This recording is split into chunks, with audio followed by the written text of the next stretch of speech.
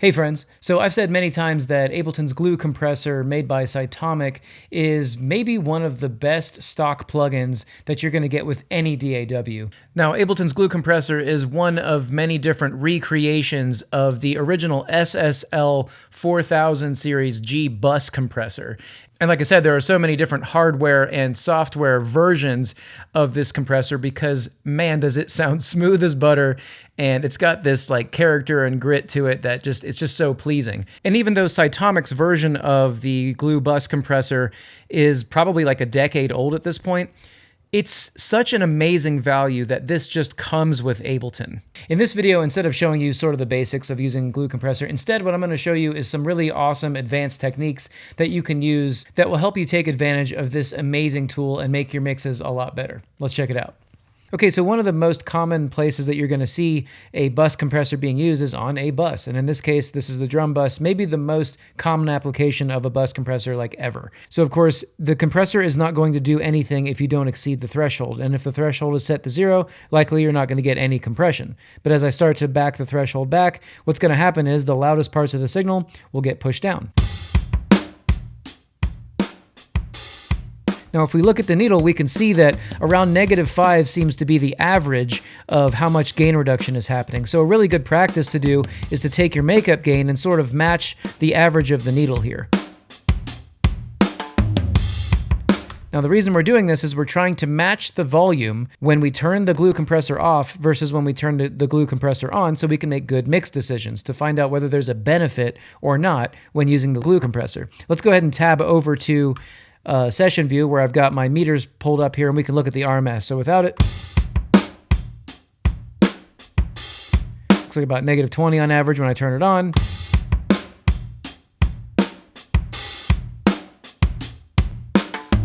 Awesome. So a couple awesome things we can already hear, and that's that there's a lot more attack on the transients of the drums. They sound more punchy, right? Another thing we can hear is that there's more sustain to the snare drum. We can hear that that body of the snare drum, we can hear that we have extended its length. It sounds longer, it sounds fatter. And so let's go ahead and listen. Just go ahead and listen to the snare drum with and without the compressor.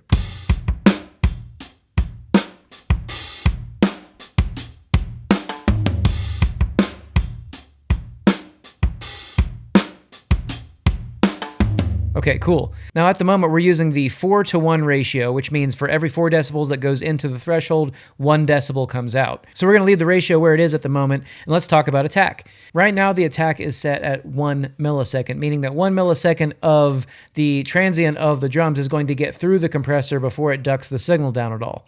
Okay, and so if we increase this number, what's gonna happen is the transient will get louder and thicker. Okay, so let's go ahead and listen to that phenomenon.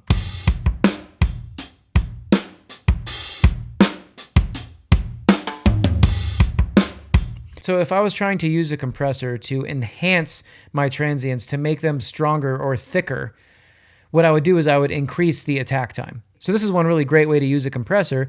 And usually in this specific scenario, you're going to want to keep your dry wet turned up to 100% or somewhere close to 100%, right? Now you always have to be watching the needle because you'll notice that my makeup gain needs to be turned down a little bit to volume match.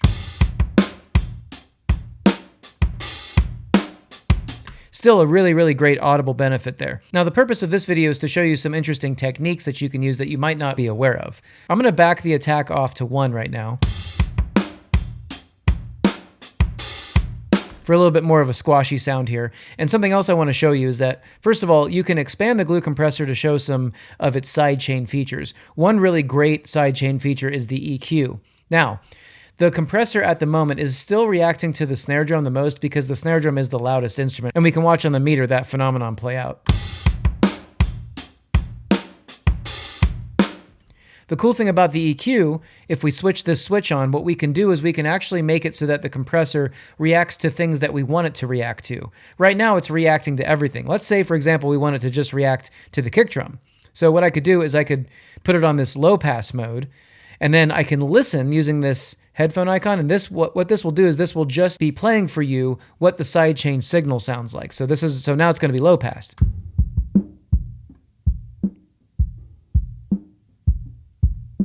Now it's reacting to the snare drum, but barely. So this is not something that you're going to hear. This is what you're feeding to the compressor. This is what you're telling the compressor to listen to. So in this specific situation, I could, for example, crank my threshold down a little bit more and get the compressor now to just be listening to the kick drum and thus react only to the kick drum.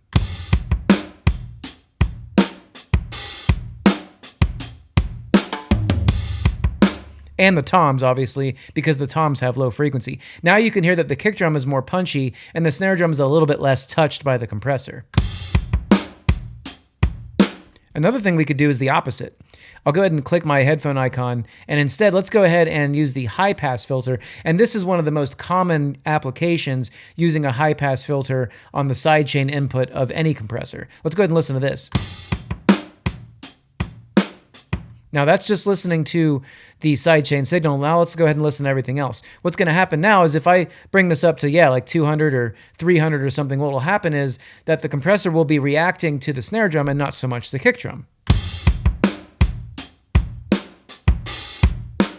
Listen to how the snare drum sort of sounds like it's more distant and it has more sustain to it, right?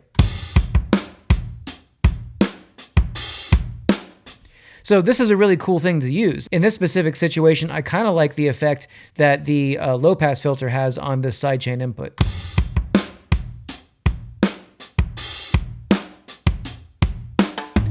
So I'm going to go ahead and leave that setting on, and the next thing I want to show you is something else. So another really interesting thing that you can do on the drum bus with the glue compressor is use it in parallel compression mode. And what that means is that you're feeding some of the dry signal through as well as some of the wet signal, and you're blending between the compressed signal and then the signal before compression. And so whenever you're doing this, it's a good idea to try to squeeze a little bit more out of the compressor than normal. So let's go ahead and do that. Let's go ahead and I'm going to take the attack and bring it as low as I can get it. And what this is going to do is it's going to almost completely remove the transient from the sound of the drums, okay? And then I'm going to do the same with the release. And so what this is going to do is it's going to emphasize the room, it's going to emphasize the sustain of the drums, and by itself, it's going to make a very heavily compressed kind of sound. Let's go ahead and listen to this.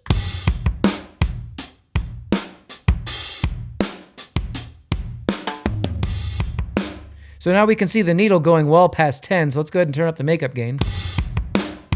Probably an average of 7.5 or so. Let's go ahead and turn off our EQ and see what that does.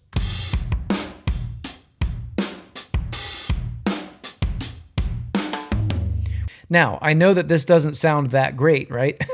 In fact, I think we need to add a couple more decibels of makeup gain. But check this out. The whole idea with this setup is that you're going to use the dry signal for the transients, and you're going to use the compressed signal, the wet signal, for the sustain. So you can dial in how much sustain do you want versus transients using the dry wet. So let's go ahead and start at 0, and I'm going to sweep this in until it sounds awesome.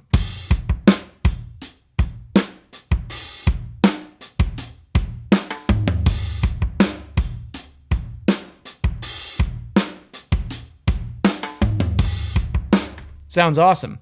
Now, an added benefit here is that we could actually crank the attack up a little bit to maybe try to enhance the transients even more. Let's go ahead and do that.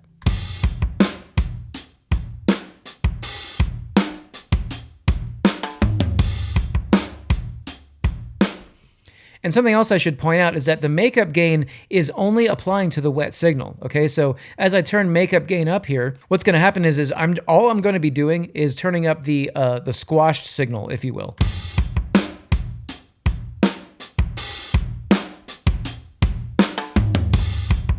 Sounds great. Let's go ahead and A/B this.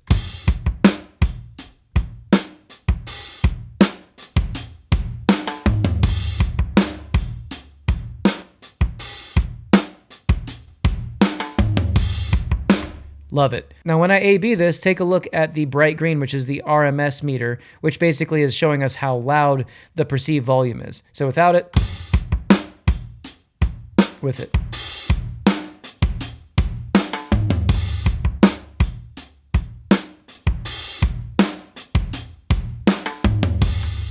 This is how you properly use a compressor. You always want to volume match what the dry signal was, and then what the compressed signal sounds like so that you can make good mix decisions. So real quick, understanding dynamics processing and compression is similar to understanding EQ. This is a foundational primary mixing skill that you really need to have in order to get modern sounding good mixes. Now, of course, you could piecemeal your understanding together by using free services like YouTube and watching tutorials on the internet. And this is a totally valid approach to learning. But the problem here is that not only are you going to run into bogus misinformation about mixing, but you're also going to run into the problem where none of it is put in an order where you can build upon the last thing that you learned to deepen your understanding, right?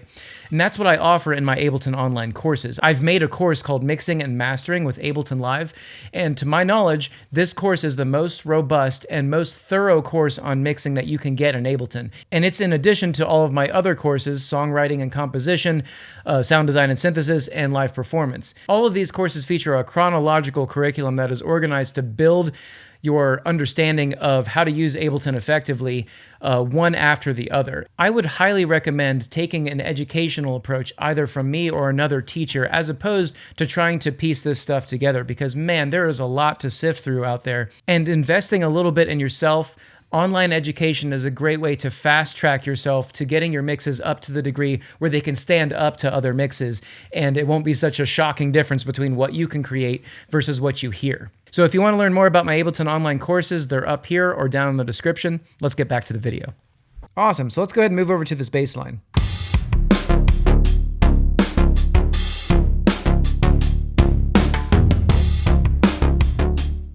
Now, what I want out of this synthesizer, I can't actually dial in with its controls. What I want is I want a more punchy bass line. I want it to punch me, right? I want it to get me. So what I'm going to do is I'm going to grab this glue compressor, and let's go ahead and try to use the compressor to add more attack or more of that transient punch. So what I'm going to do is I'm going to start digging into it first. I'll go ahead and solo it.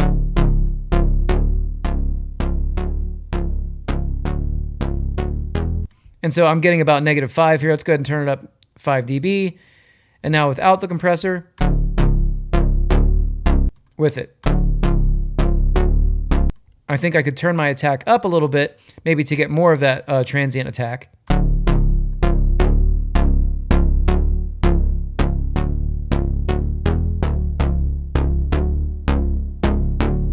Looks like I need to go up just a little bit more, maybe 7 dB. And let's go ahead and listen to the difference that this compressor made.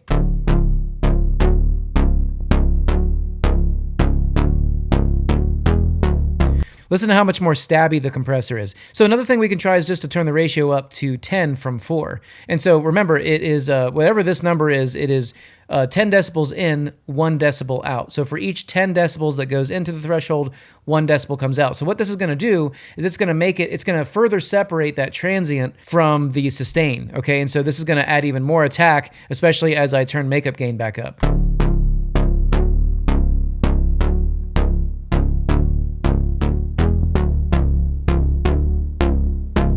Now, of course, if I increase my release time, we can isolate that attack even more.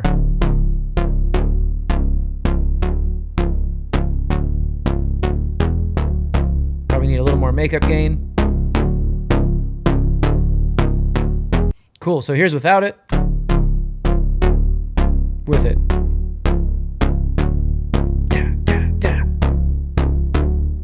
Awesome. Cool, so the next thing I want to do is I want to add some wide delay to this bass line. Let's go ahead and turn my send up to this delay that I've already got prepared over here.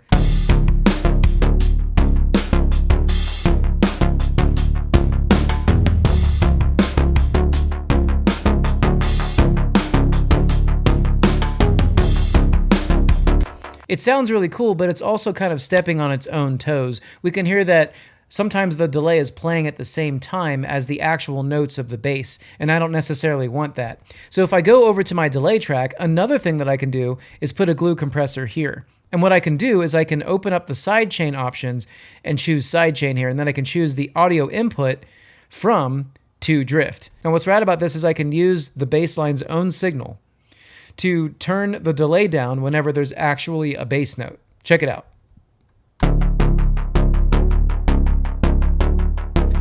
Right now we hear that busyness, right? We hear those delays happening when the bass line actually happens. But let's start to dig into this with the threshold.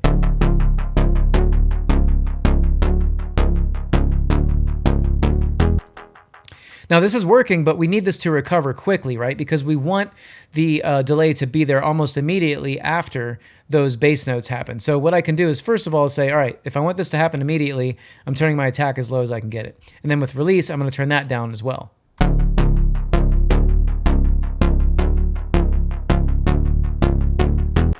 And what I'm going to do is I'm going to play this with the kit, and let's go ahead and use the makeup gain to dial in the mix.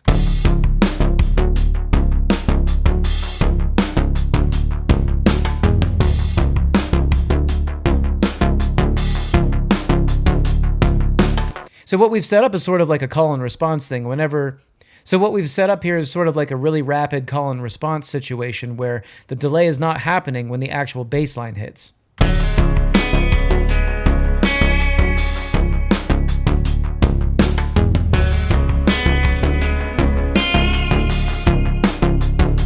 So we can hear that the guitar is jumping in and out of the mix. Those higher notes, it kind of jumps in front, and then those lower notes that it's playing, it's kind of like in the background. So obviously, this signal would benefit from compression.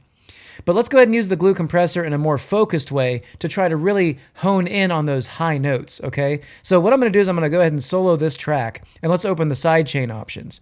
So we'll go ahead and turn the sidechain EQ on, and the next thing we'll do is we'll switch it over to this bandpass mode. Now what's cool about the bandpass mode is that you can focus it really in a really narrow way. Let's go ahead and turn on the headphones so we can listen to what the sidechain signal that we want the compressor to react to will be, and let's go ahead and dial it in and try to find those offending frequencies that are really making the guitar kind of jump in front of the mix.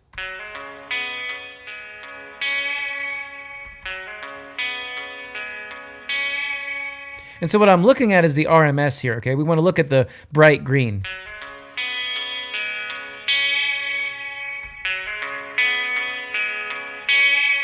There we go. So you can see that if I turn the Q up, what this is going to do is it's going to make this bandpass filter have more of a peak to it, right? It's going to be a more narrow Q. We can see that we've almost got a 12 decibel jump there with that second note. So now that I've focused the sidechain, I can go ahead and work with my compressor to make this sound the way I want it to. So I'll go ahead and turn my headphone icon off, and let's go ahead and dial this in.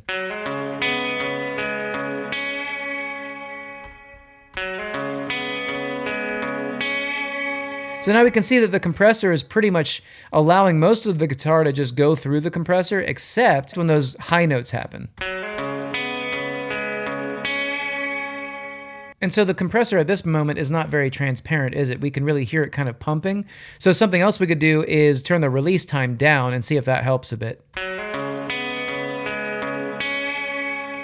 Now that sounds a little more smooth, but of course we never want to make a decision on something when it's soloed. We want to make a decision when everything's playing. So let's go ahead and play the rest of the instruments thus far and try to dial this in. And so of course we're also turning this down pretty significantly, so we're going to need to turn the makeup gain up.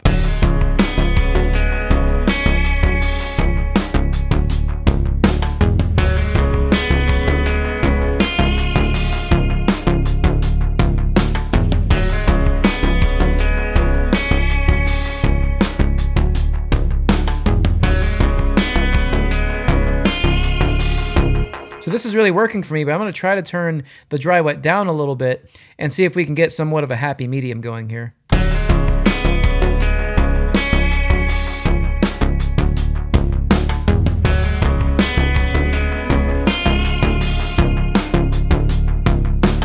Sounds super good. Now this is also how de-essing is set up on a compressor. Instead, you would be focusing on the sibilance of a vocal, for example, and you would tell the compressor, hey, just listen to this problematic frequency in the high ranges and just duck the signal way down whenever that happens. That's actually how a de-esser is made, right? Okay, so this last track is like a plucky synth, and it's like a call and response thing with a guitar. Let's go ahead and take a listen to this.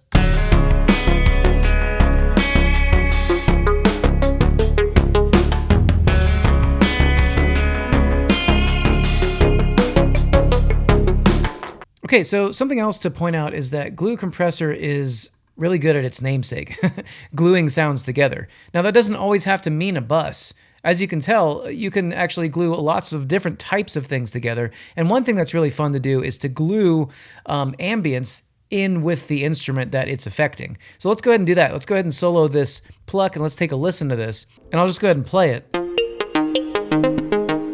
Now, we can hear the instrument and then we can hear the reverb, right? We can hear them separately. Even if I turn the pre-delay all the way down, we can hear that the reverb is doing a thing and we can hear that the instrument is doing a thing. If we compress these two sounds together, however, we can sort of get them to gel and we can push this pluck a little bit farther back into the mix. Take a listen to this.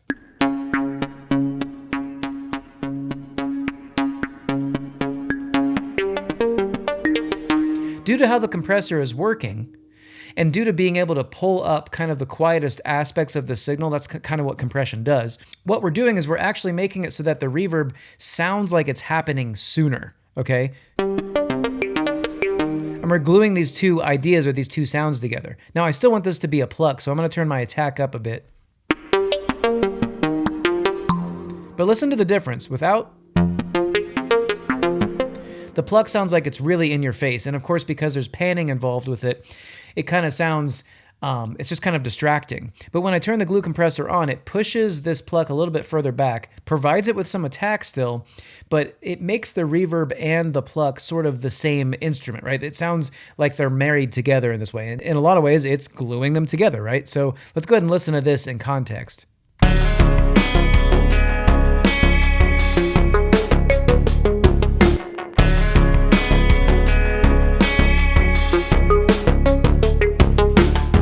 Notice how without the compressor on, it's just kind of distracting, right? It doesn't really gel with everything else. And once the compressor is on, we've got a really nice singular signal that sounds like it, like we meant to do that, right? Now, one final thing to point out is that, believe it or not, we've actually been listening to this mix with the glue compressor on the mains the whole time, okay? Let me go ahead and I'm gonna kind of do this in reverse because I think it's just worth pointing something out. This is what the mix sounds like without any of the glue compressor on the main or master.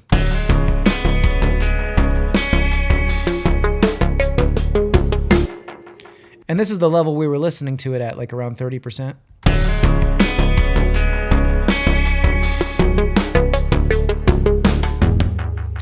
Now, if I were to listen to this 100% wet, take a listen.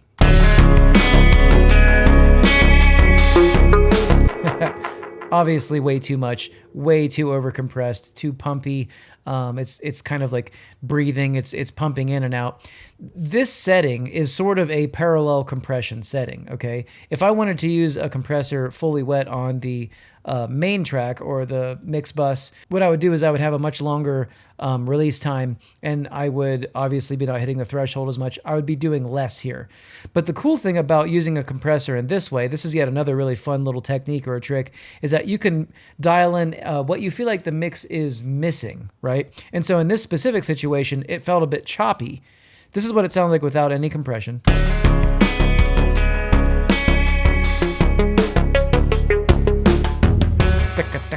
Right? What I wanted to do is I wanted to create sustain in this mix, and that's what I was going for here, right? I have my attack set pretty low. I'm not trying to add any punch because I've made all the punch in my individual tracks. What I was trying to do is I was trying to add a little bit of sustain. And so, of course, 100% wet, with these settings, this is going to sound really weird and pumpy and breathy. Obviously, also a bit too loud, huh, right? But as I bring in the wet signal just ever so slightly, I can bring it in until I feel like it's providing what I felt like was missing.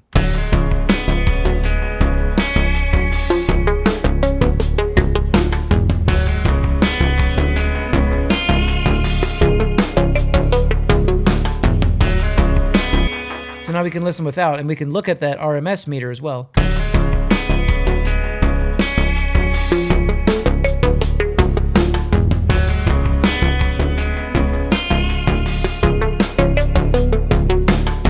Now, isn't that awesome? You can see that the RMS level is pretty much exactly the same.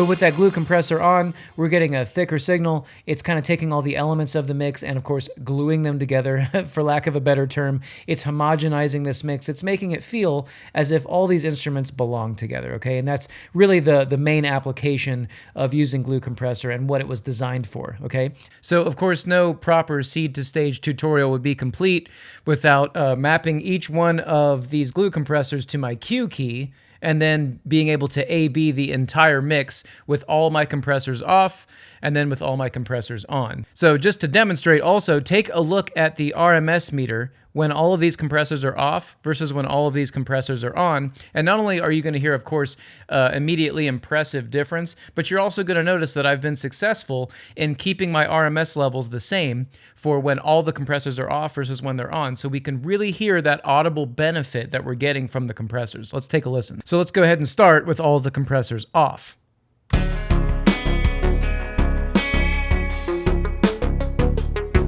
On.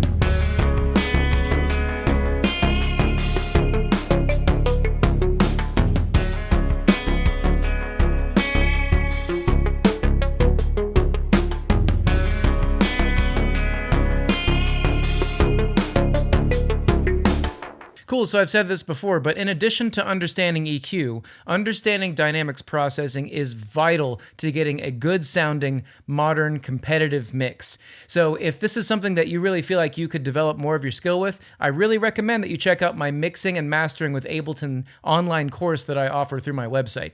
That is how this channel is sponsored and how I can continue to make content here on YouTube. I hope you enjoyed this. If you have other uses of Glue Compressor, please leave them below in the comments. Much love, everybody. I'll see you next time.